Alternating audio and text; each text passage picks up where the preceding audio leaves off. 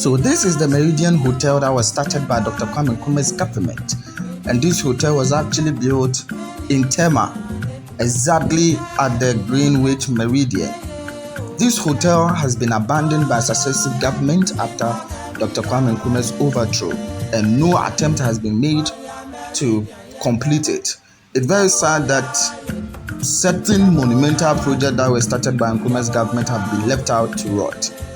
What you are watching currently is the Aboso Glass factory that has also been abandoned. And when you look at these videos, it feels so sad. Look at the buildings that no effort have been made to make sure we revive these industries, which will help in curbing the rising unemployment rates that we have in Ghana.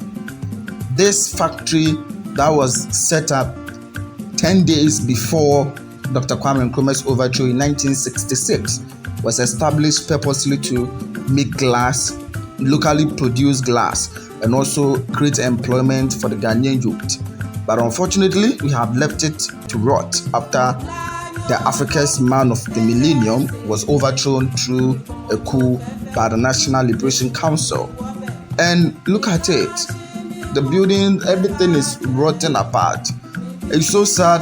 Recently, it was actually sold out. I mean, the indigents of Aboso cried out because some of the materials in the buildings were being sold out as scraps. As you can see, some of them were being sold as scraps. So I don't really know. Do you think that the leaders after Dr. Kwame Nkrumah have failed the people of Ghana?